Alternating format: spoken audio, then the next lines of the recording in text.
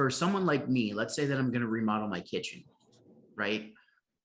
We know that that's a small fortune for a lot of people. So they're going to want to poke around and see everything you have. And especially bringing someone in, like we've had cabinets fully taken out and replaced. We've had just refacing and stuff like that, right? I understand it a little bit better, but most people wouldn't. So your website is going to be able to proactively answer their questions. You know, how can I measure my cabinets? How do I know if an appliance is going to fit? All those things that you might get that people might be asking, if you proactively answer them on your site, you show up, right? So how do I actually figure out what fridge height is going to fit under my cabinets? That's a question a lot of people get. You could make videos, you could add that into a section where I would recommend a page, frequently asked questions.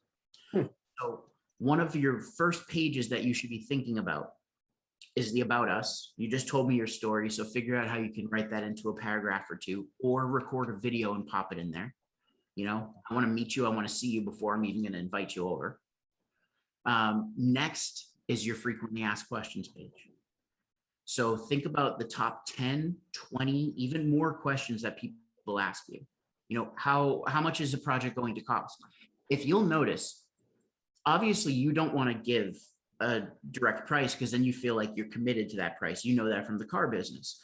So instead, what you're going to do is give a range. Well, Home Advisor, Thumbtack, Porch, all of those, if you look up how much does it cost to remodel a kitchen, they have pages that are dedicated to that question where they say the average home or kitchen remodel costs 10,000 to 40,000. The median price is this. So you could give a range and you could answer like, here are the things that go into a kitchen remodel. Here are the things that go into fine cabinets. Here are the things that go into creating custom molding or adding. So if you can create those different pages and or answer those questions on FAQ page, on the frequently asked questions page, you're helping your SEO. So you're helping it found.